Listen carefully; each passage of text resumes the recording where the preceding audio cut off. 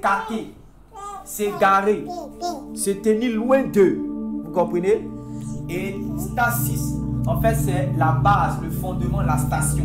Ça veut dire que s'éloigner loin du fondement, loin de la base, s'écarter.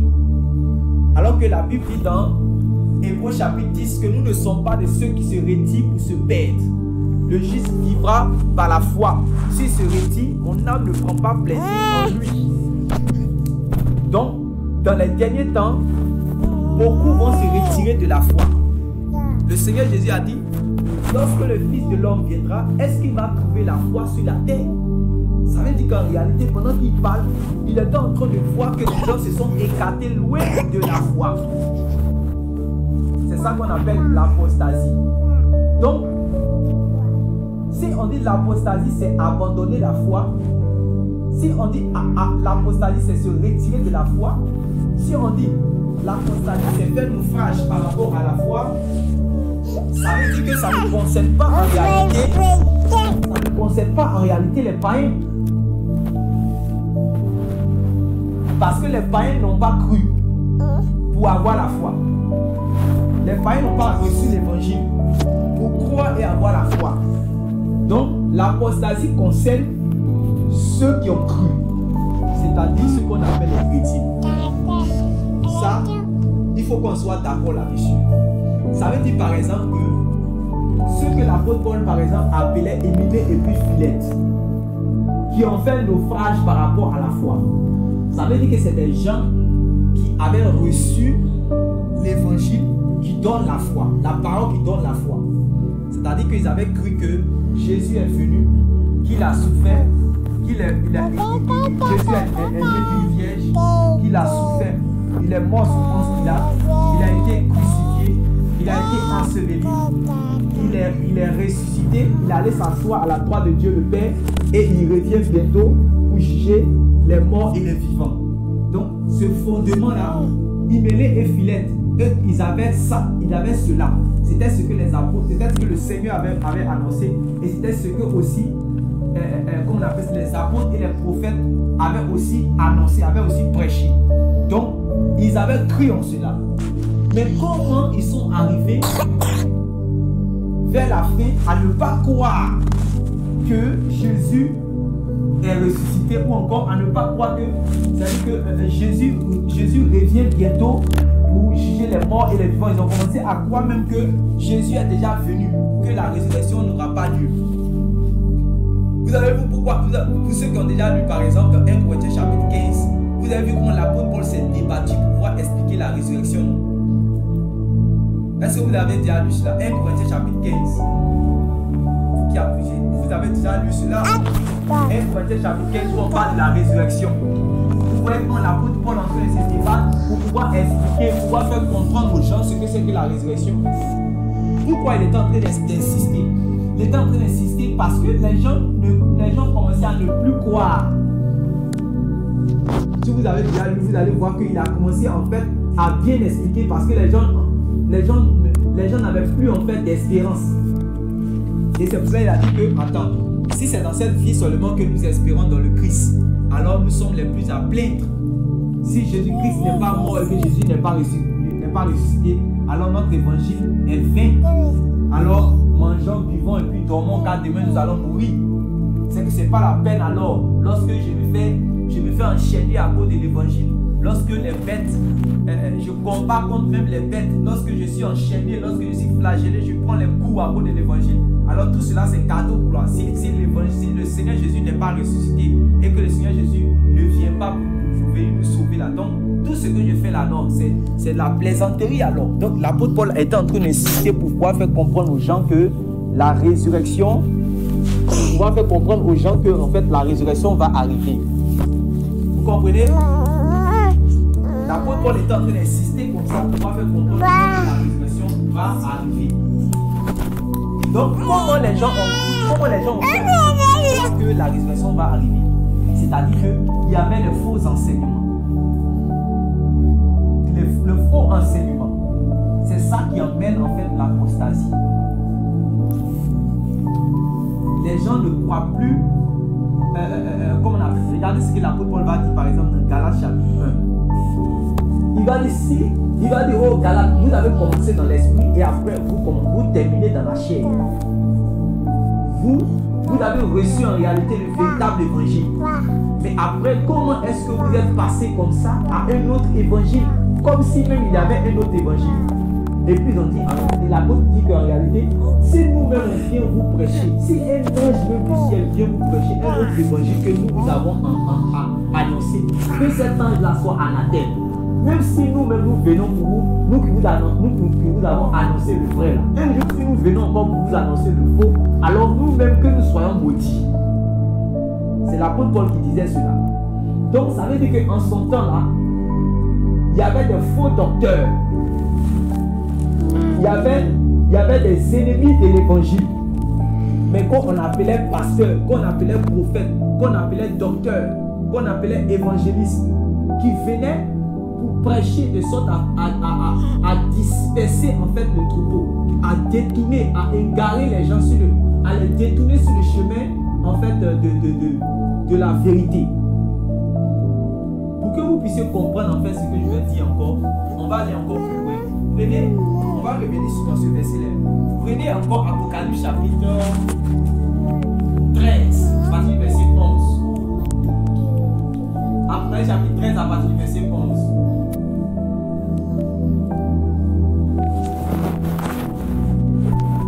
Oui, tu as trouvé Apocalypse chapitre 13, verset 11.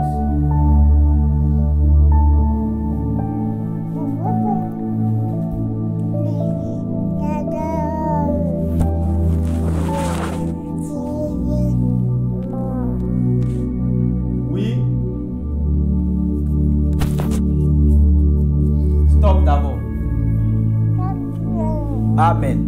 Donc, une bête qui avait deux cornes semblables à celle d'un agneau, mais qui parlait comme un dragon. Donc, ça, en fait, c'est deux en fait, animaux qui sont différents. Voilà, ils sont vraiment différents.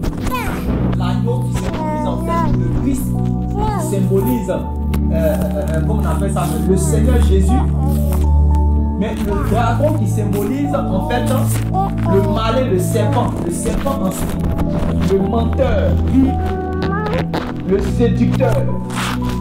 Donc il vient d'abord avec les deux cornes pour que les gens puissent dire que c'est l'agneau qui est là, c'est le Seigneur qui est là, c'est le Christ qui est là, lui là c'est un envoyé de Dieu, c'est un serviteur de Dieu.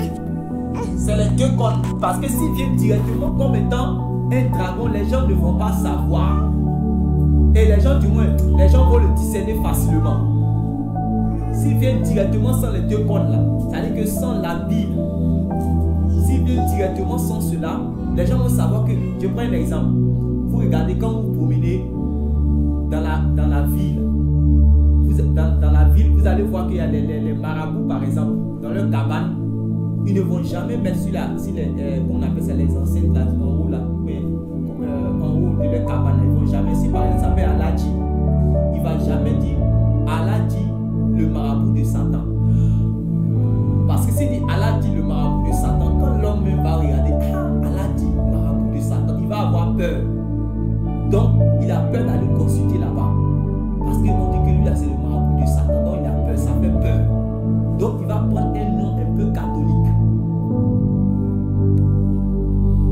C'est-à-dire, il va prendre un nom, ou bien il va dire par exemple, Allah dit le marabout de Dieu. C'est pour cela que dans leur bouche, vous allez voir chaque fois Dieu, Dieu, Dieu. Moi j'ai reçu Dieu qui m'a donné ce pouvoir. Ou bien j'ai reçu cela de mon père. Mon père pour moi là, mon marabout là, en tout cas c'est Dieu qui donne le don que j'ai reçu là, ça vient de Dieu. En ce moment, les païens ne savent pas qu'ils entendent Dieu, Dieu se dit que c'est bonne chose et puis ils s'en vont là-bas maintenant. Vous comprenez? Et même les gens qui ne sont pas affaiblis, qu'ils entendent Dieu, Dieu, Dieu, Dieu et puis en même temps ils s'en vont. Donc ça, ce sont les cornes de l'agneau qui prend. Un aspect religieux, un aspect catholique, un aspect saint. Ça, ce sont les cornes de l'agneau. Mais en réalité, à l'intérieur, là, c'est un dragon. Donc, ça, c'est eux qui initient en fait l'apostasie. C'est comme ça qu'ils ont fait pour mener l'apostasie en fait dans amener l'apostasie dans le milieu chrétien. Vous comprenez? Parce que je vous ai dit quoi? L'apostasie ne concerne pas les païens. Parce que les païens n'ont pas la foi pour qu'ils vont encore abandonner la foi. Les païens, ce qui va arriver chez les païens dans le monde, on appelle ça la révolte. La révolte. C'est-à-dire que le fait de s'opposer carrément aux voix de Dieu, le fait de ne même pas vouloir entendre parler du Fils de Dieu, le fait de ne même pas entendre parler de l'évangile, le fait même de blasphémer son nom, de blasphémer contre le ciel, le fait même de renier, de s'opposer même à l'évangile, de se moquer par exemple des voix du Seigneur, comme en Côte d'Ivoire ici. Hier je vous ai expliqué, les gens se moquent, les gens disent qu'eux-mêmes ils préfèrent, je vous ai dit toutes ces choses là hier, ils disent qu'ils préfèrent réellement l'enfer, ils préfèrent aller en enfer parce que là-bas au moins tout ce qui est doux dans la ville au moins on fait ça et quand tu finis de faire ça tu vas en enfer. Mais tout ce qui n'est pas bon là, c'est ça on dit qu'on appelle ça, mais les chrétiens les hommes doivent faire pour se trouver au paradis. Que si c'est ça là seulement, eux là, ils vont se trouver réellement en enfer et peut-être qu'il n'y a plus de place. Donc s'il n'y a plus de place, ils n'ont qu'à agrandir l'enfer, ils vont construire encore pour les recevoir là-bas. Donc ils sont arrivés à un niveau de blasphème total. Voilà. Et quand vous voyez que les gens commencent à blasphémer comme ça, les gens commencent à blasphémer, en fait, ça veut dire que le chemin de Dieu n'est pas loin. Ça, on appelle ça la révolte. Ça n'a rien à voir avec ce qu'on appelle l'apostasie. L'apostasie, c'est-à-dire que des gens qui avaient la foi, des gens qui ont cru, et après, qui abandonnent, après qui se retirent, après qui se détournent de la foi, après qui croient un autre évangile, après qui croient un autre message que celui qui a été annoncé par le Seigneur Jésus. Ils croient un autre Jésus, ils croient un autre évangile, et ils vont recevoir un autre esprit, l'esprit de l'égarement. Voilà. Donc, qui va initier? Comment est-ce que ça va entrer dans l'église? Comment est-ce que ça va rentrer dans le milieu chrétien? Et je vous ai dit maintenant, voilà ce mystère que je viens de vous montrer. Le mystère de l'iniquité que je viens de vous montrer. Dans l'Apocalypse, il va venir, on dit quoi? Le diable est un ange de lumière. Amen. Le diable est un ange de lumière. Donc il a des ministres de lumière. Mais en réalité, ils vont se déguiser en ministres de lumière. Mais en réalité, ce sont en réalité des esprits séducteurs. Ce sont en fait des menteurs. Ce sont des gens qui viennent avec la puissance des ténèbres. Mais ils vont prendre l'aspect de lumière d'abord, l'aspect de sainteté, l'aspect religieux. Quand ils vont prendre l'aspect religieux, alors l'église va les recevoir. Ils vont dire: ah, shalom, bonne arrivée, venez nous enseigner, on veut vous écouter. Donc ils vont rentrer maintenant. Voilà pourquoi il a pris les cornes de l'agneau. Donc, avec les cornes de l'agneau, ça veut dire qu'il est parmi nous. Il va dire shalom, on va répondre shalom. Quand on va chanter, il va chanter avec nous. Quand on va parler en d'autres langues, il va parler aussi en d'autres langues. Quand on va prophétiser, il va prophétiser. Quand on va prêcher, il va prêcher. Vous comprenez? Voilà. Mais il ne pourra pas, c'est-à-dire que annoncer l'évangile tel que, il ne pourra pas annoncer l'évangile tel que le Seigneur Jésus a annoncé. Il ne pourra pas vivre saintement la vie du Seigneur Jésus. C'est ce qu'il ne peut pas faire parce que c'est un dragon. Voilà, parce que c'est un dragon. Donc, voilà un peu le mystère. Voilà comment en fait l'apostasie va entrer. Maintenant, si vous ne percevez pas encore bien, je vais encore aller encore plus loin encore. Ou bien je vais essayer de plus encore expliquer par rapport à ce mystère de l'iniquité qui va entrer. Donc, maintenant qu'on a vu dans Apocalypse chapitre 11, Apocalypse chapitre 13, verset 11, lisons aussi maintenant dans Actes chapitre 20, le verset, à partir du verset 26 jusqu'à 28. Actes chapitre 20, à partir du verset 26 jusqu'à 28.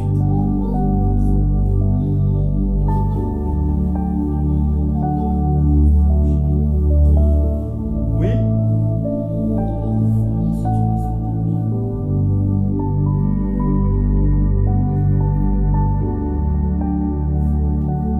Actes chapitre 20. mais tu t'as trouvé, vas-y la soeur.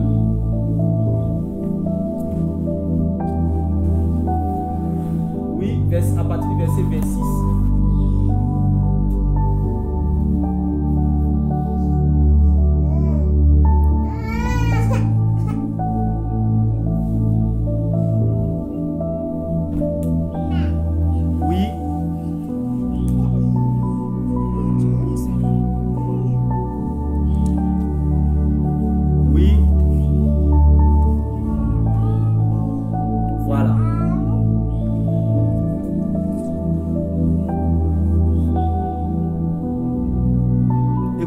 Cette partie, hein? Oui.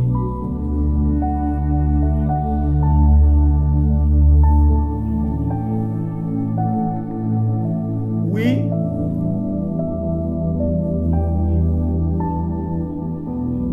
Stop. Est-ce qu'il a dit, je sais qui s'introduira en dehors de vous?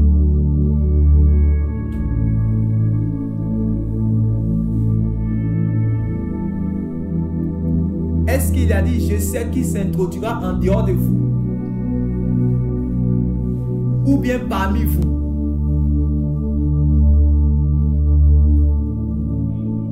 Donc, soulignez ça dans votre Bible. Soulignez ça dans votre Bible. Je sais qui s'introduira parmi vous. C'est-à-dire que même les évêques qui étaient au temps de Paul, il dit que c'est parmi eux qu'il y a des personnes qui vont s'introduire. Et on va voir quels sont ceux qui vont s'introduire parmi les évêques, qui étaient considérés même comme étant des personnes que Dieu avait établies sur l'église pour paître. En fait, le troupeau que le Seigneur Jésus s'est acquis par son propre sang. Comme vous lisez par exemple dans Éphésiens chapitre 4, à partir du verset 11, on dit qu'en réalité, le Seigneur Jésus a fait don aux hommes dans l'église, aux uns d'être apôtres, évangélistes, docteurs, pasteurs pour le perfectionnement des saints en vue de l'œuvre du ministère. Donc, pour que les enfants de Dieu puissent grandir, le Seigneur a fait don des serviteurs de Dieu qui annoncent l'évangile, qui conduisent les âmes, qui veillent sur les âmes, qui sont des bergers. C'est parmi eux là que l'apôtre Paul dit que parmi vous, il va s'introduire des gens. Et on va voir qui va s'introduire. Oui, lis maintenant.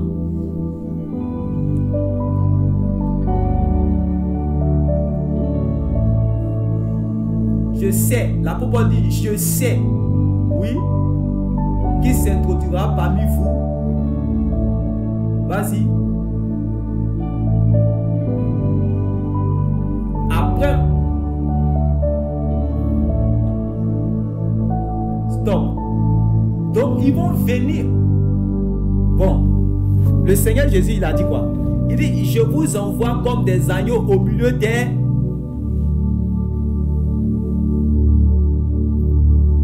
Au milieu des quoi? Non, non. Je vous envoie comme des agneaux au milieu. Amen. Comme des agneaux au milieu des loups. Donc, ça veut dire que les ennemis des agneaux, c'est qui?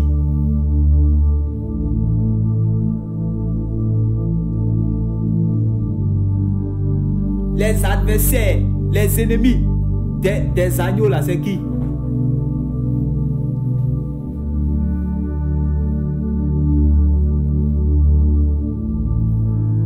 La sœur Rita, tu suis?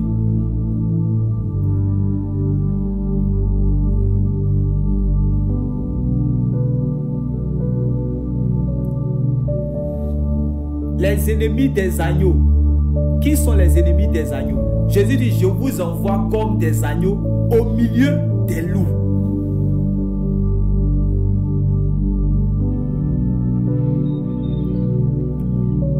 Ok. Donc ça veut dire que le problème des agneaux là, ce sont les loups. N'est-ce pas? Nous tous nous sommes d'accord pour ça, non? Ok. On dit les ennemis qui sont des loups là, ils vont s'introduire parmi les agneaux. C'est fort, hein? Ils vont aller maintenant dans la bergerie où les agneaux se trouvent. Eux, ils vont aller là-bas. Normalement, c'est le Seigneur qui a envoyé les brebis vers Il dit, je vous envoie comme des agneaux au milieu des loups. Soyez prudents comme des serpents et doux comme des colombes, ainsi de suite. Est-ce qu'il avait dit non? Maintenant, il dit que les loups, là, eux-mêmes, ils vont chercher à rentrer maintenant dans le troupeau. C'est ce que l'apôtre a dit. Mais s'ils viennent directement comme des loups, est-ce que les agneaux ne vont pas les voir?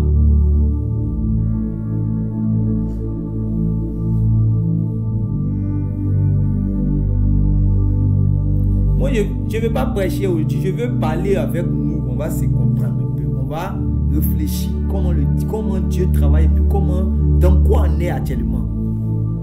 Je nous dis, quand le loup va aller là, dans le pâturage du troupeau, et dans le pâturage des brebis là, quand il va aller où il y a dans le troupeau, c'est-à-dire que où il y a les agneaux, est-ce que les agneaux ne vont pas le voir?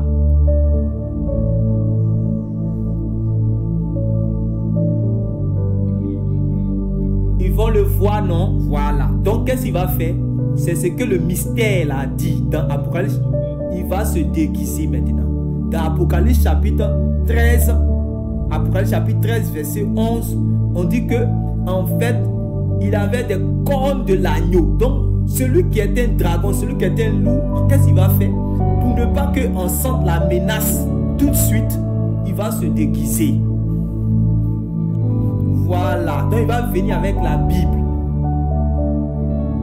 Il va venir avec la prophétie. Il va venir avec la parole. Et tout, il va venir avec les Écritures. Il va venir avec tout ce qui peut avoir l'aspect des cornes de l'agneau. Donc, pour qu'il puisse s'introduire. C'est pour cela qu'il dit que il va s'introduire parmi vous. Des loups qui ne pagneront point le troupeau. Donc, c'est comme ça qu'ils vont rentrer maintenant dans la bergerie. Voilà, c'est comme ça qu'ils vont rentrer dans la bergerie. Maintenant, eux, on va leur donner maintenant l'occasion maintenant de nous prêcher. Eux, ils vont nous prêcher maintenant. Eux, ils vont prêcher maintenant aux agneaux. Puisque maintenant, on leur a donné la chair. On leur a accordé l'estrade pour prêcher. On a disposé nos oreilles maintenant pour les écouter. Donc maintenant, ils vont accomplir leur ministère. Mais cette fois-ci, ils ne vont pas parler comme des agneaux, puisque ce ne sont pas des agneaux.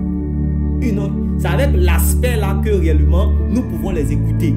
C'est avec l'aspect là que nous pouvons les appeler pasteurs. C'est avec l'aspect là que nous pouvons dire aussi shalom. C'est avec l'aspect que nous pouvons aussi leur dire homme de Dieu. Mais où nous allons pouvoir distinguer là, c'est ce qui va sortir. On dit, il parle comme un dragon. Donc si tu n'arrives pas à discerner la parole, que ça c'est la parole du dragon, que ça c'est la parole d'un loup, alors tu seras emporté. Vous comprenez? Maintenant, la seule manière pour que tu puisses savoir que ça ce n'est pas la parole du Seigneur, c'est quoi? C'est que toi tu puisses connaître véritablement les paroles du Seigneur. Quand tu connais la parole de l'agneau là, quand le dragon te parle, tu sais que ça c'est le dragon qui est en train de parler. Parce que quand tu vas le voir là, tu ne vas pas le voir en dragon. Son aspect c'est l'aspect d'un agneau. C'est sa parole là qui va pouvoir le distinguer. Vous comprenez maintenant, non? Tu vas pouvoir le discerner par sa parole. Amen. Donc c'est le temps où nous sommes actuellement. C'est le moment de connaître les paroles du Seigneur. C'est le moment de connaître les enseignements du Seigneur Jésus. Ce que le Seigneur Jésus a enseigné dans les évangiles. C'est pour cela qu'un enfant de Dieu doit savoir, c'est-à-dire que doit lire. Il doit, s'il n'a pas encore fini de lire même les 4 évangiles, il ne doit pas rester tranquille. Il doit lire cela bien, tout ce que le Seigneur Jésus a enseigné. Les épîtres, il doit connaître.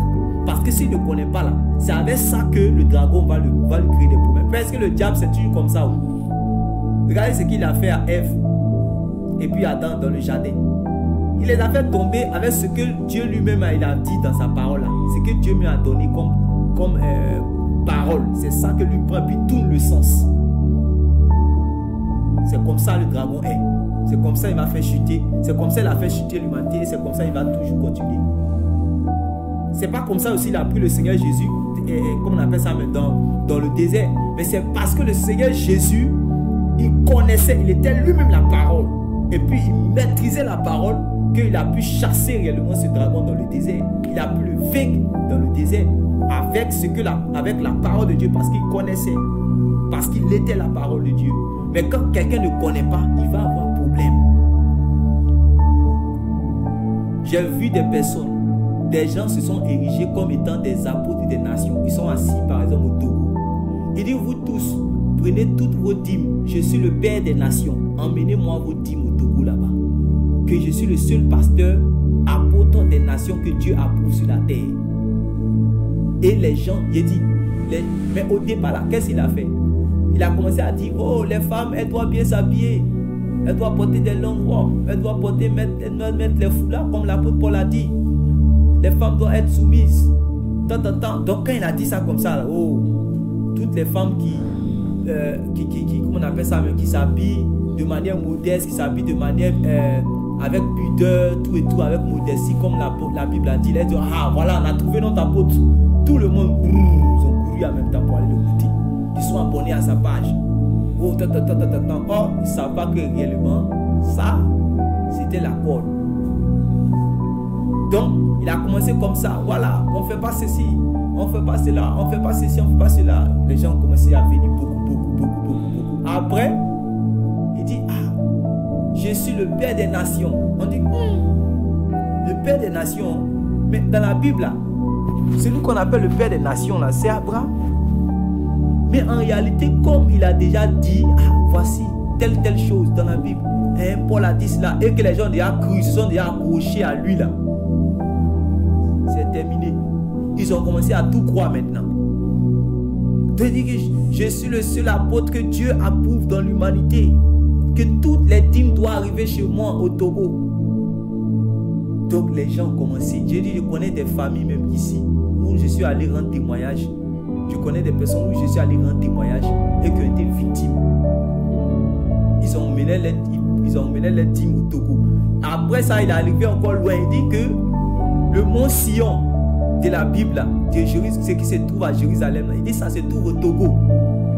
Donc, tous ceux qui croient, tous ceux qui ont cru réellement ces visions qu'il avait vues au ciel, au paradis, tout ça là, tous ceux à qui il avait donné comme des révélations, quoi là, qui puissent venir maintenant faire pèlerinage au Togo.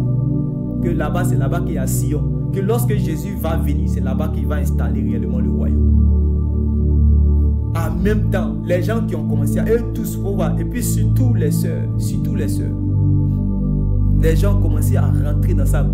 Ils ont commencé à, non seulement ils envoyaient l'argent pour les dîmes là-bas, le gars l'appelait bien l'argent, il fait bien l'argent, il faisait la vie et ça. Mais encore, quand tu as déjà commencé à croire, même, c'est des gens, ce sont ces gens de personnes là même qui abusent même des comment on appelle ça même, des femmes. Qui abusent des femmes. Parce que réellement, elles ont déjà cru et se dit que voilà la peau des nations. Tu te dis même, attends, comment quelqu'un, ou bien même frère, tu te dis, mais comment quelqu'un qui prêchait l'évangile, frère, comme ça, comment il peut croire à quelqu'un qui dit qu'il est la peau des nations? C'est en ce moment que tu comprends que quand on parle d'apostasie, ce n'est pas musulman. Parce que le gars l'a bien blagué. Le gars l'a bien blagué. Voilà. Sinon, comment tu peux voir que Ève, à qui Dieu a déjà dit que l'arbre de la connaissance du bien et du mal, le jour où tu vas manger là, ça va te donner la mort. Donc, elle, même quand elle voit l'arbre là, lui, elle et puis son mari, quand ils voient l'arbre, ils ne s'approchent même pas même de l'arbre, puisque quand ils regardent l'arbre là, ils voient directement la mort. Donc, ils ne s'approchent même pas de ça même. Mais il faut imaginer le jour que le serpent est arrivé là-bas, que le dragon maintenant est venu, et que le dragon maintenant a commencé à parler. Il a parlé jusqu'à ce que même ce qu'elle regardait, elle voyait comme la mort là. Elle a commencé à voir que c'est agréable à voir, hein. Puis c'est doux à manger. Parce qu'il a parlé. Donc le diable là, le dragon là, dans son costume de persécuteur, et puis dans son costume de prédicateur, c'est pas la même chose. Dans son costume de prédicateur, il est plus dangereux. Il séduit. Donc, il prend d'abord l'aspect, comme je vous ai dit là, voilà comment il agit. Il prend l'aspect de l'agneau, il se déguise pour pouvoir rentrer dans le milieu chrétien. Et quand il rentre, tout le monde commence à l'accepter. Tout le monde commence à le croire. Et puis en même temps, dans ça, il séduit. Il séduit. Voilà pourquoi le Seigneur Jésus lui-même, qui était le Fils de Dieu, qui était le docteur par excellence, là, quand il finit d'enseigner ses disciples, il dit, hey, vous là, gardez-vous du levain des pharisiens. Gardez-vous de l'enseignement des pharisiens. Faites la distinction avec ce que j'enseigne et ce que eux ils enseignent. Vous ne pouvez pas croire ce que moi j'enseigne et puis en même temps croire ce que eux ils enseignent. Vous comprenez, non? Donc, Église, frères et sœurs, faites attention à ce que vous entendez. Faites attention à qui vous écoutez.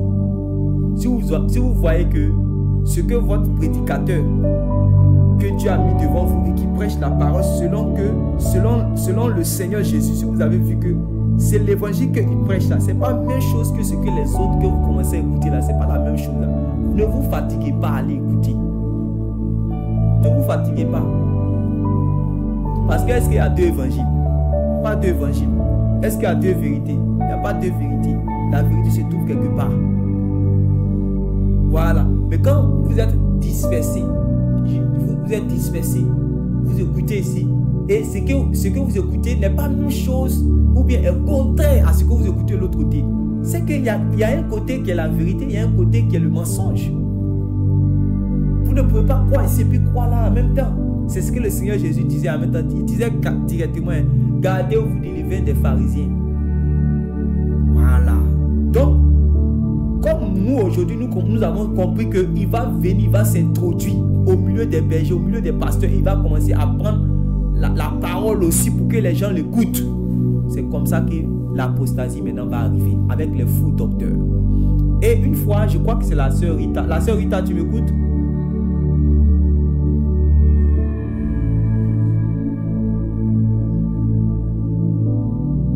Bon, on dirait qu'elle n'entend pas.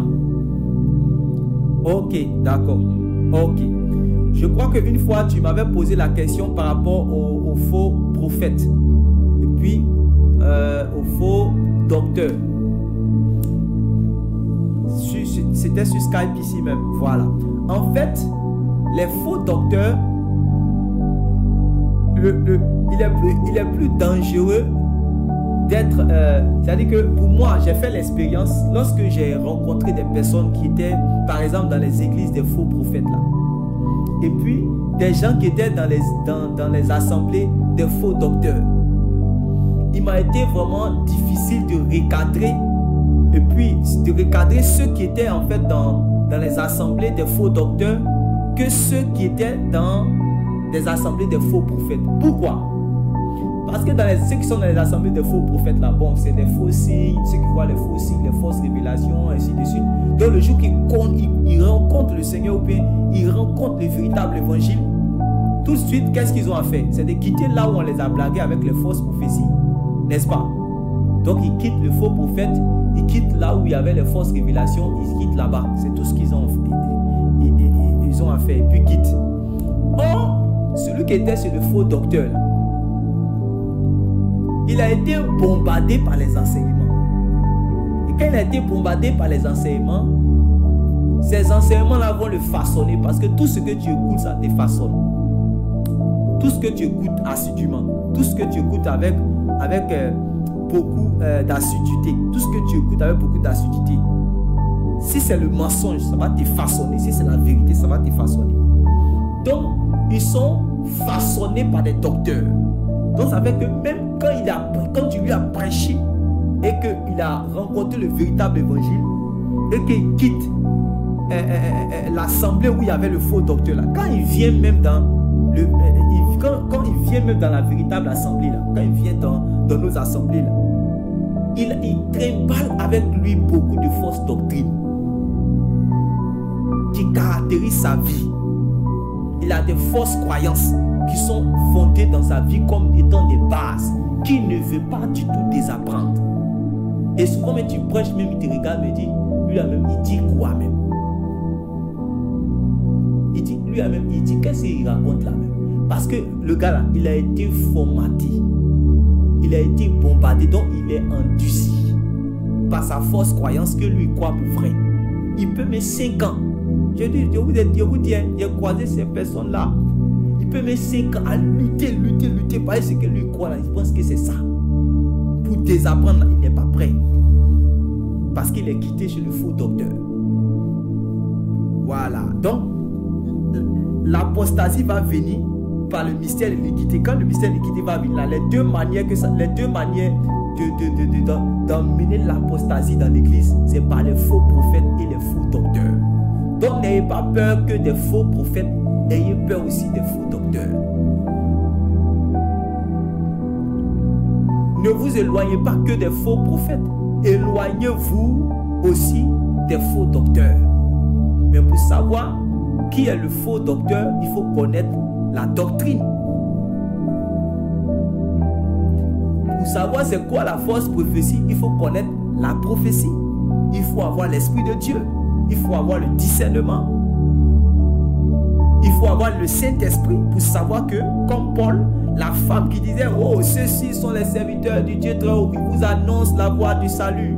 Ils vous annoncent la voie du salut, ils sont des envoyés de Dieu. Ce qu'elle disait, c'était la vérité. Mais l'Esprit, le Saint-Esprit qui était en Paul, là maintenant, là, on parle maintenant de comment discerner maintenant les faux prophètes. Il était obligé de rentrer dans l'Esprit. Voilà, il discerne dans l'Esprit, il voit que c'est là. Le Saint-Esprit lui révèle que ça, c'est un python qui parle. Vous voyez? C'est un python qui parle. Elle a pris l'aspect, l'aspect d'un agneau avec les cornes. Elle a pris l'aspect d'un agneau pour annoncer. Oui, ceux-ci sont les serviteurs du Dieu très haut. Ils vous annoncent la voie du salut. Mais quand l'apôtre l'a discerné dedans, il a vu que ça c'est un python. Et une fois, mais ça m'est arrivé une fois. J'étais dans un camp de prière il y a les années passées. J'étais dans un camp de prière et on avait un entretien avec une dame. Mais si on n'avait pas eu le discernement, c'est-à-dire si on n'avait pas eu le discernement, ça allait être terrible. Mais la piété, la simplicité dans laquelle elle est venue, voilà. C'est-à-dire que si quelqu'un n'avait pas le discernement, il ne pouvait même pas savoir qu'il y a un python qui dormait en elle. Mais quand réellement on a commencé à discerner, l'action que réellement on a posée par le Saint-Esprit a mené la dame réellement à se manifester. Elle a commencé à serpenter. Nous-mêmes on était étonnés que réellement il y avait un esprit de python réellement dans cette femme-là. Vous comprenez? Donc, il faut non seulement avoir la doctrine, mais il faut aussi avoir le Saint-Esprit, avoir, comme on appelle ça même, le revêtement de l'Esprit. Voilà. C'est pour cela, priez le Seigneur pour qu'il puisse vous remplir du Saint-Esprit. Prions le Seigneur pour qu'il puisse nous remplir du Saint-Esprit afin que nous puissions discerner. Voilà, nous puissions discerner. Tu peux rencontrer quelqu'un comme ça. Ou bien tu peux aller dans une assemblée, tu mets les pieds en même temps, le Saint-Esprit te dit sors. N'importe quoi écouter le message même. Dès que tu rentres, il te dit sors. Parce que en ce moment-là, tellement que tu es rempli du Saint-Esprit, le Seigneur te parle. Les gens ne croient pas que Dieu parle. Les gens pensent que seulement que oui, quand ils lisent la Bible, on dit que voilà. C'est-à-dire qu'ils ne savent même pas que le Saint-Esprit parle. Ils ne savent pas que quand la Bible dit dans Job chapitre 33, Dieu parle tantôt d'une manière, tantôt d'une autre. Eux pensent que seulement c'est quand tu ouvres la Bible là que Dieu parle. Non. Quand tu crois à la Bible là, il faut croire tout ce que la Bible dit. La Bible dit que Dieu parle tantôt d'une manière, tantôt d'une autre. Quand Pierre est allé se coucher sur le toit, quand il était ce Simon le corroyeur là, quand il s'est couché là, il a eu extase. Dieu lui a parlé dans sa vision. Donc si tu dis aujourd'hui que Dieu ne parle pas dans vision, bon, tu crois en quel Dieu alors? Ou bien tu lis quelle Bible? Si tu ne crois pas que la vision, Dieu ne parle pas dans vision. Il y a des frères qui se promènent sur les réseaux sociaux là, qui parlent seulement en parlant pour rien dire. Ils parlent pour ne rien dire. Ils ne savent même pas que dans la vision, Dieu parle. Mais quelque chose que tu combats, voilà pourquoi tu ne vas pas avoir. Tu ne peux même pas avoir la vision. Dieu ne va jamais te donner la vision.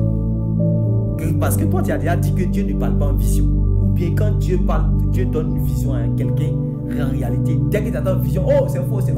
Dieu ne parle pas en vision. Allez-y, lis votre Bible. Toi là, tu ne vas jamais avoir vision de Dieu dans ta vie. Parce que tu combats Dieu lui-même. Tu m'entends? Tu combats Dieu lui-même. Dès que quelqu'un a commencé à prophétiser, prophétie, non, ça, c'est dans l'Ancien Testament. Ou bien, non, il n'y a pas prophétie de maintenant. Ah bon? Maintenant, quand tu fléchis les genoux, tu dis Seigneur, je vais prophétiser, je vais prophétiser. Tu as prophétisé quoi? Tu ne vas jamais prophétiser. Parce que réellement, tu combats même le Saint-Esprit. Alors que c'est le Saint-Esprit qui donne de prophétiser. Lui-même, tu le combats. Parce que dès que tu entends prophétiser, tu dis que c'est démon. C'est ça. Voilà. Donc, quand tu crois à la Bible, il faut croire à tout ce que la Bible dit. Il faut croire bien à la doctrine. Quand je prêche comme ça, quand je parle, quand vous voyez me parler comme ça, c'est que le Saint-Esprit me dit qu'il y a quelqu'un qui souffre de ça. Mais je vais passer, je continue mon message. Donc, ce que je vous dis, prenez cela réellement au sérieux. Dans ces temps où nous sommes, nous avons besoin réellement de beaucoup de discernement pour pouvoir combattre, pour pouvoir réellement lutter contre l'apostasie, parce qu'il y a un vent de l'apostasie qui va souffler. Ça a commencé depuis. Mais en fait, ça va venir en force, comme le Seigneur Jésus a dit. Plusieurs faux prophètes vont venir, ils vont mentir, et plusieurs vont les suivre. C'est parce que le Seigneur a dit dans Matthieu chapitre 24. Voilà. Donc on dit, il faut que l'apostasie arrive, c'est ça. L'apostasie a deux bras.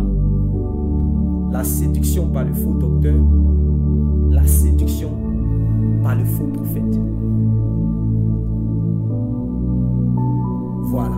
Et en fait, ça va faire que ça va diluer la parole. Ça va faire que réellement les gens vont les gens vont croire réellement au mensonge. La Bible dit que la foi vient de ce qu'on entend et ce qu'on entend vient de la parole de Christ. Mais l'apostasie vient de quoi? L'apostasie vient de ce que tu entends et ce que tu entends vient de la parole du dragon. La parole de Christ t'aide à rentrer dans le lieu où Christ est rentré, c'est-à-dire dans le royaume de Dieu. Mais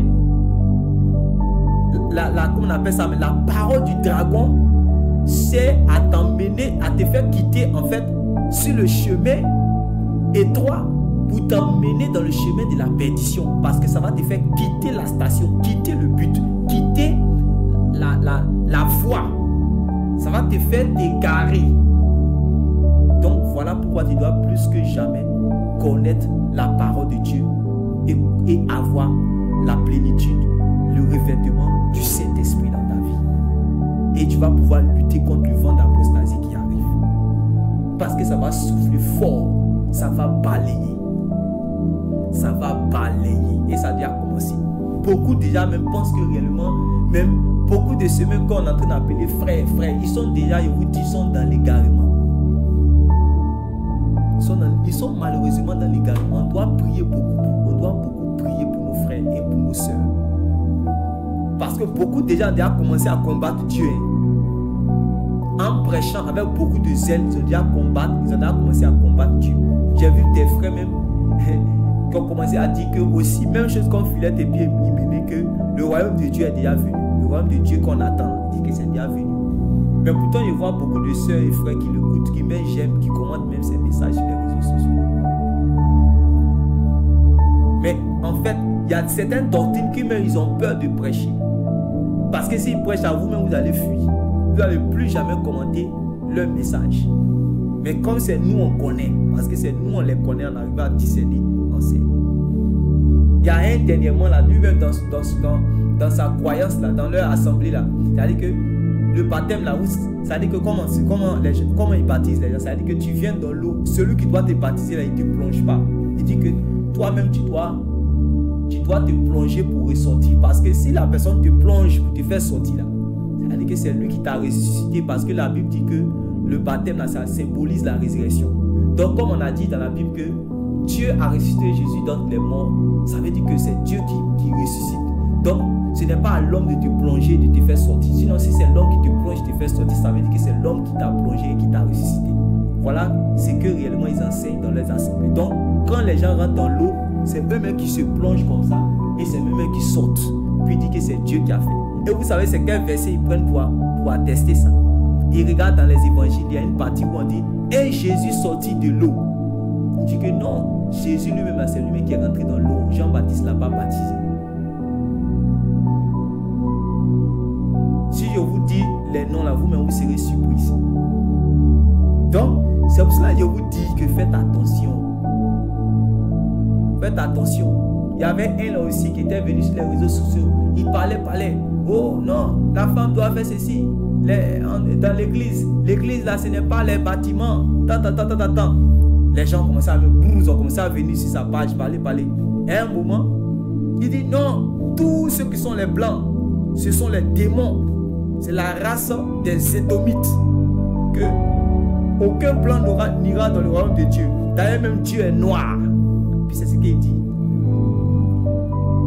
Il dit Dieu est noir, que tous les Européens, tous, et puis aucune soeur si une soeur noire marie un blanc, alors elle va aller en enfer, qu'il n'y a pas de mariage mixte, que les noirs et les blancs sont les maudits, que c'est eux qui ont donc il a été bombardé, pollué et séduit par exemple par le panafricanisme, et il a mis cela en fait dans le christianisme. Et en fait, il a commencé même à croire que même Jésus est noir. Il dit Jésus est noir. Il dit même, il va plus loin, même il dit que Dieu est noir. Vous comprenez cela? Mais il y a toujours des sœurs et des frères qui continuent toujours de mettre des gemmes et qui continuent toujours de parler. Alors que lui-même, il a dit que le christianisme, même là, ce n'est pas de Dieu. Voilà. Il dit que les véritables juifs sont les bantous. Les bantous, bien quoi là? Voilà, c'est un peuple des Camerounais, un truc comme ça. Il dit que les véritables juifs sont là-bas. Mais comme il a déjà commencé à blaguer certaines personnes qui ont déjà mis j'aime sur d'autres de leurs messages, donc il se dit quoi? Ils sont obligés d'être amis avec lui, ils sont obligés de croire tout ce qu'il va dire. Donc c'est là l'erreur, c'est là le danger. Vous voyez, il y a d'autres qui disent non. L'église, dans l'église, on ne doit pas jouer les instruments. Si vous êtes dans une assemblée que les gens adorent le Seigneur, s'ils ont pris réellement la harpe, ils ont pris le piano, ils ont pris la guitare, quand ils ont commencé à chanter, ça veut dire que c'est Chanel. Dieu ne peut pas du tout écouter cela. Que Dieu, ils ont dit, la Bible a dit dans les Écritures disent que vous allez adorer le Père en esprit et en vérité. Donc comme on a dit, vous allez adorer le Père en esprit et en vérité. Alors même, on ne doit même pas acclamer dans l'église. On ne doit pas acclamer quand on dit acclamer le Seigneur, on ne doit pas acclamer parce que c'est Chanel. Vous voyez? Il y a quelqu'un qui m'a appelé, le même frère que je dis dans son église, on dit on se baptise seul. C'est lui qui m'appelle. Il dit, il m'a étudié, il regarde tous les messages que je presse. Il m'a étudié en tout cas, il me connaît. Il ne faut même pas me présenter, mais qu'il me connaît. Et puis il dit, mais dans votre assemblée là, est-ce que vous avez les instruments? Je savais de quoi il allait commencer à parler parce que j'avais vu un jour un post où il parlait réellement des instruments. J'ai commencé à rire parce que quand j'ai lu, moi-même j'étais étonné réellement de l'égarement dans lequel ils étaient. Et puis il dit, je lui ai dit qu'en réalité, c'est parce qu'on n'a pas d'instrument où on est. Sinon, s'il y a un instrument là, on va bien jouer ça. Et puis, je vais faire vidéo même pour t'envoyer. Voilà. Maintenant, si tu veux, il faut dire Dieu ne m'a pas écouté. Il n'y a pas de problème. Donc, ça, en fait, parce que quand je lui réponds, je suis très dur avec lui. Parce qu'il se croit docteur. Donc, souvent, il faut que je rentre dans sa folie en même temps. Voilà. Donc, c'est comme ça que je lui disais. Il lui a dit que, attends. Dieu n'est qu'à me donner de savoir jouer piano bien, guitare ou bien tout comme ça. Si j'essaie de jouer là, je vais faire vidéo pour toi. Je vais te montrer comment on adore Dieu avec les instruments. Maintenant, si tu veux, il faut dire Dieu ne m'a pas écouté, il n'y a pas de problème. Mais je vais faire vidéo là pour t'envoyer. Vous comprenez? Donc il dit que non. Donc, dernièrement même, on m'a envoyé un de ses ouailles. Quand il est venu avec une montagne de questions. Quand j'ai eu un entretien, quand on a fini par la grâce de Dieu, je l'ai confié même à certains frères qui étaient à Cocody. Et par la grâce de Dieu, ils l'ont baptisé. C'est lui encore qui est venu. Il dit non, attends, lui, il ne comprend pas. Lui, il a rencontré ces personnes parce qu'ils l'ont pris pendant le temps de coronavirus là. Les gens, l'assemblée où on se baptise soi-même là. Et puis on dit, il n'y a pas d'instrument là. Ils l'ont attrapé pendant le temps de coronavirus. De janvier jusqu'à le mois passé. Ils l'ont bombardé avec les enseignements de là-bas jusqu'à... Il a quitté où il était même. Ils l'ont bombardé. Quand arrivé à un certain moment, il a commencé à voir certaines choses. Les gens viennent, quand ils font confession, même dans les assemblées, les confessions qu'ils font, puisque c'est des confessions publiques, quand ils viennent faire confession, en fait, c'est des confessions banales. Il y a une qui se lève et vient dire non, j'étais allé dans un mariage de mes parents, bien de mes tantes, quand je suis allé, ils ont mis une musique chrétienne là-bas, mais il y avait les instruments dedans, j'ai commencé à chanter involontairement. Attends, il dit, c'est ça qui est péché dans son cœur, mais il ne peut pas parler, parce qu'il a déjà cru tout ce qu'ils ont dit auparavant là. Il a déjà cru à ça, donc ça là, il va faire comment? Il est obligé de croire, mais son cœur là n'est pas trop d'accord avec ça. Vous comprenez? Donc il gardait ça jusqu'à toutes ces questions là. Le jour qu'il a trouvé quelqu'un qui va poser là, il n'a pas joué. Montagne de questions. Il a envoyé. Donc moi ça m'a permis de savoir tout ce qui se passait là-bas aussi. Ça m'a permis de savoir. J'ai dit ouais. Et ça, beaucoup de personnes les suivent. Ils disent que l'antichrist là même est déjà là. L'antichrist qui doit venir, ils disent qu'il est déjà là. Mais beaucoup de personnes l'appellent frère. Donc mes frères et sœurs, faisons attention. Voilà. Faisons attention, discernons, connaissons la parole de Dieu. Voilà. De toute façon, on reconnaît un arbre par ses fruits. La plupart des personnes qui prêchent ce genre de choses, ça se manifeste dans leur vie. Ils n'arrivent pas à avoir un véritable témoignage. Ils n'arrivent pas à avoir un véritable témoignage de la vie du Seigneur Jésus dans leur vie. Ils n'arrivent pas à avoir cela. Vous allez voir que souvent ils sont colériques, souvent ils sont impolis, souvent ils sont moins courtois dans leurs commentaires. Vous allez voir que c'est des gens qui sont virulents. Vous allez voir que c'est des gens qui sont sans miséricorde. Vous pouvez les avoir comme amis. Vous allez voir que le jour par erreur vous avez fauté, vous avez fait une faute dans votre vie, si c'est votre cap, si c'est votre ami, vous êtes foutu. Parce que dès que vous allez vous connecter demain sur Facebook là, tout votre nom, ils vont vous bombarder comme ça. Et quand même vous-même vous avez dit que lui là, est-ce que c'était mon ami vraiment? Parce que les gens sont sans miséricorde. Moi j'ai peur des amis qui sont sans miséricorde. J'ai peur. Il peut avoir toutes les écritures de Genèse jusqu'à Apocalypse. Mais quand il n'a pas compassion, quand il n'a pas la miséricorde, je ne peux pas l'accepter comme mon ami. Parce que lui là, moi je sais que je ne suis pas parfait. Je marche et me force par la grâce de Dieu de marcher dans la perfection. Et je prêche pour que réellement ceux qui me suivent, selon le Seigneur, puissent atteindre aussi la perfection selon le Seigneur. Mais supposons que, par exemple, il m'arrive à tomber, il m'arrive, c'est pas ce que je veux, je prie que le Seigneur m'en garde. Mais supposons que réellement ça m'arrive. Si j'ai quelqu'un comme ami, demain ma vie n'est pas sur Facebook. Ma vie n'est pas sur les réseaux sociaux. Mais vous marchez les gens comment? Pourquoi? Vous fraternisez, vous êtes avec les gens comme ça, pourquoi? Vous cherchez quel problème? Moi je ne marche pas les gens comme ça. Voilà. Les gens que dès que tu as fait petite faute net en même temps, au lieu de t'aider à te relever, ils vont prendre un caillou pour t'assassiner en même temps. Si tu marches avec eux, tu vas avoir un problème. Voilà, donc c'est pour cela même, j'ai déjà discerné. Et comme vous voyez, ils sont sans miséricorde. Sans miséricorde. Dernièrement, il y a le bien-aimé frère Willy avec qui je travaille. Il est en train de m'expliquer même une assemblée même qu'il avait fréquentée comme ça, un peu. Il avait vu beaucoup de personnes qui étaient beaucoup dans la lettre. Oui, la Bible dit, mais ils étaient sans miséricorde dans leurs attitudes. Vous comprenez? Et vous voyez que les gens qui sont pollués toujours, en fait, ils ne sont nourris que, voilà les enseignements dont ils sont nourris, ils ne sont nourris que des scandales qui se passent dans le milieu chrétien, ou encore, ils ne sont nourris que des dénonciations. Voilà tout ce qui est comme nourriture qu'on leur donne. Donc ça fait que dès qu'ils voient telle chose, en même temps, diable, Dieu le diable, voilà, Dieu va te condamner. C'est tout ce qu'ils connaissent. C'est tout. Matin, dénonciation. Le soir, dénonciation. À minuit, dénonciation. Dès qu'on dit scandale, un pasteur a fait telle chose. Le pasteur était nu, il a couché avec la femme de tant. La position même qu'il a pris, allez-y voir sur Facebook. En même temps, ils sont regardés. Toi-même, on te dit qu'il y a scandale, qu'on dit qu'il y a vidéo même qui est perverse. Toi, tu es un chrétien, tu t'en vas regarder vidéo. Disons, il y a quelle vidéo là-bas? quand ils se sont regardés, maintenant ils ont un problème. C'est vers nous, les pasteurs, maintenant ils viennent. Ah, j'ai un problème de masturbation. Vous voyez? Il dit, ah, mais toi tu écoutes chaque fois les trucs de dénonciation. Comment tu fais pour avoir un problème de masturbation? Je vous fais une confidence maintenant, je veux que vous m'écoutez. Il y a beaucoup qui m'ont écrit, ils me disaient non.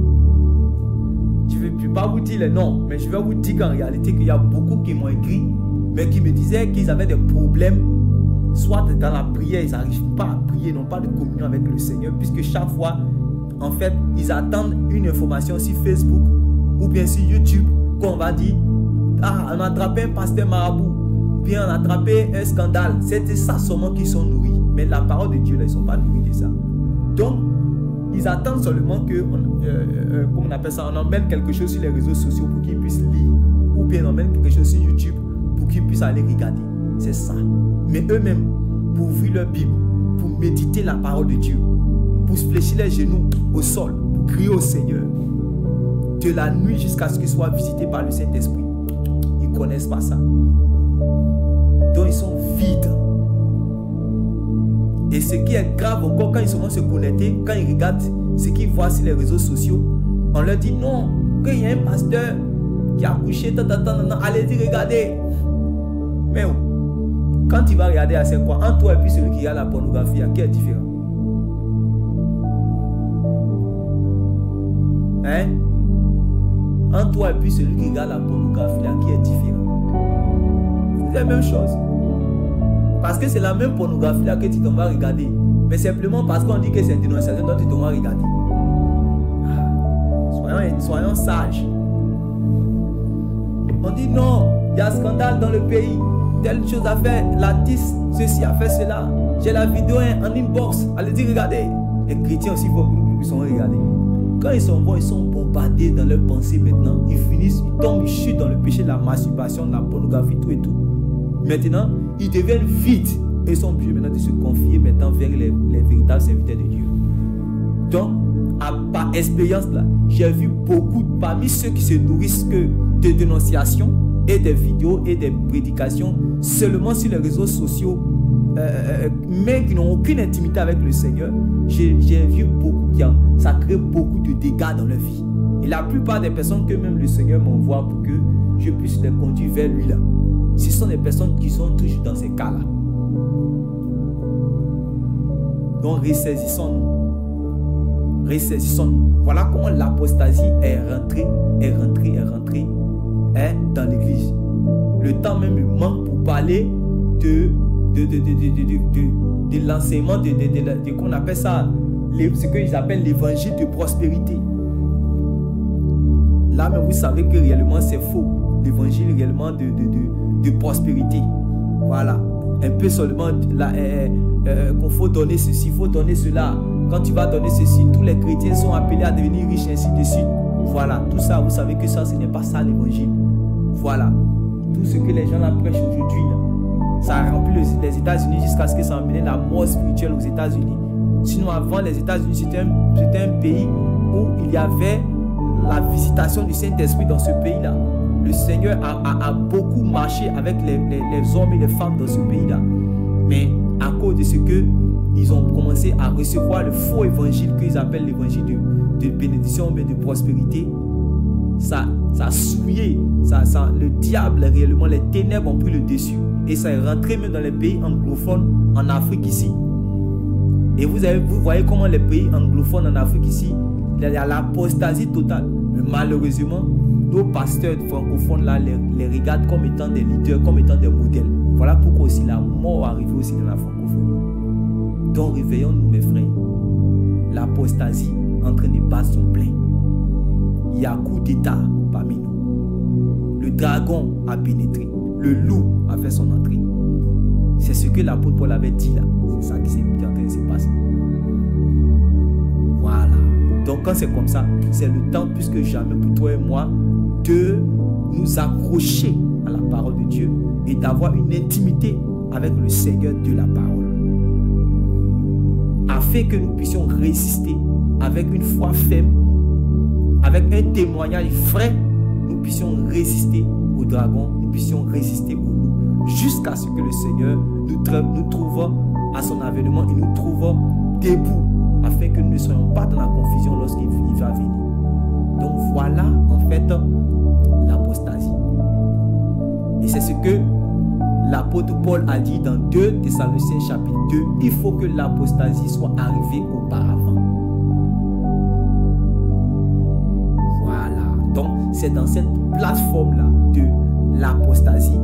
Et dès qu'on dit il faut que l'apostasie soit arrivée auparavant, automatiquement il dit et qu'on ait vu l'homme du péché. C'est pour ça que vous avez dit que l'avènement de l'homme du péché et de l'apostasie, en fait, c'est lié, c'est simultané, c'est associé. Voilà, c'est-à-dire que dès qu'on voit que l'apostasie est là, ça veut dire que l'antichrist est déjà là. Il attend seulement de paraître. Voilà, donc c'est pour cela que nous devons réellement nous préparer. Et quand il va paraître réellement, vous allez voir qu'il va commencer à faire son travail. J'avais enseigné cela le dimanche en l'assemblée. Voilà, quand il va venir, qu'est-ce qu'il va faire? On a vu qu'est-ce qu'il va faire. Voilà, et par la grâce de Dieu, je vous invite par exemple à aller lire dans Apocalypse chapitre 13 à partir du verset 1. Et puis Apocalypse chapitre 12 à partir du verset 7. Puis Apocalypse chapitre 17. Vous allez voir quand il va venir, qu'est-ce qu'il va faire. Voilà. Donc, en réalité, c'est le temps plus que jamais de nous préparer. Donc, voici les 3 signes en fait qui précèdent l'avènement de notre Seigneur Jésus-Christ. Voilà. Donc, comme j'ai dit, hier on avait planté le décor. Aujourd'hui encore, je viens pour venir faire un rappel pour que ça puisse bien rentrer dans notre esprit. Et maintenant, nous allons comprendre maintenant l'agenda du Seigneur Jésus-Christ. Ça veut dire que maintenant que nous comprenons dans quel temps nous sommes, à quelle heure nous sommes, qu'est-ce que nous devons faire et qu'est-ce que le Seigneur Jésus est venu faire et qu'est-ce qu'il a dit à ses apôtres de venir faire et qu'est-ce que nous avons reçu des apôtres que nous devons faire en ces derniers temps. Voilà ce que nous allons traiter, nous allons étudier les prochaines fois par la grâce de notre Seigneur Jésus-Christ. J'espère que vous avez été bénis pendant ce partage, pendant réellement notre entretien avec la parole de Dieu, pendant cette exhortation.